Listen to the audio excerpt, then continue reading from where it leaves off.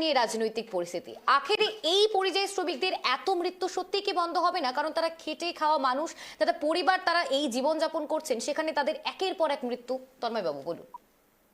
দেখুন, আপনার প্রশ্নটি খুব ভালো প্রশ্ন করেছেন। দেখুন, বিষয়টা কি জানেন, পশ্চিমবঙ্গের নির্বাচন মৃত্যু নিয়ে যখন রাজনীতি হয়, আর যখন এসআইআর স্পেশাল ইন্টেনসিভ রিভিশন মানুষের যে গণতান্ত্রিক পদ্ধতি সেটাকে বাদ দেওয়ার জন্য যে রাজনৈতিক হাতিয়ার এসআইআর কে অবলম্বন করেছে, পদ্ধতিগতভাবে ভুল। আমি এসআইআর কে সমর্থন করছি, আমি পদ্ধতিটাকে মানি করছি। এবং যে পদ্ধতিগতভাবে ভুল, যেটা 7 বছরের ঘটনা বা 2 বছরের ঘটনাকে 7 মাসে 3 মাস সিমুলেট করা হচ্ছে, সেখান থেকে আমার পদ্ধতিগত ভুল। পাশাপাশি আজকের দিনে দাঁড়িয়ে বিজেপির কাছে আমরা এটাই শুনবো যে কোনো মৃত্যু তার ন্যারেটিভ, কোন দলের ন্যারেটিভ। এটা হতে পারে, কোন রাজনৈতিক দল তার নিজস্ব ন্যারেটিভ থাকতে পারে, মৃত্যু কখনো কোনো রাজনৈতিক দলের ন্যারেটিভ হতে পারে না।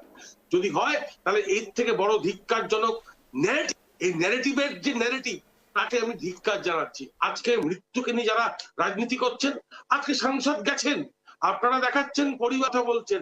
আমি একদম কংগ্রেসের মুখপাত্রের সাথে সহমত যে 48 লক্ষ পরিযায়ী শ্রমিক আছে, দরকার পড়লে কলকারখানা কেন হলো না, একদম সহমত।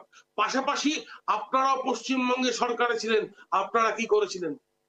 আজকে বামফ্রন্ট সরকার ছিলেন, কোথাও দিল্লিতে কোয়ালিশন করেছেন, কোথাও জানেন না বিধানচন্দ্র রায় কি করেছেন। আমাকে বলতে দিন, আপনার কথাতে বলেনি প্লিজ। আপনারা দিল্লিতে কোয়ালিশন করেছেন, এখানে এসে বিরোধিতা করেছেন, দ্বিচারিতা করেছেন মানুষের সাথে। স্বীকার করুন, মানুষের সাথে দ্বিচারিতা করছেন। 294টা আসনে ভিন্নভাবে লড়ার জন্য লড়তেই পারেন, মানুষের সাথে দ্বিচারিতা করবেন না। এটা আপনারা করে এসছেন। সেন্ট্রালে গিয়ে সহমত মধুচন্দ্রিমা করেছেন, এখানে এসে বিরোধিতা দেখিয়েছেন। এই দ্বিচারিতা গুলো করবেন না। তবে আপনারাও সরকারে ছিলেন, বামপন্থীরাও সরকারে ছিলেন, এখন বিজেপি ঘোড়া ধরে মাছ ধরতে নেমেছে।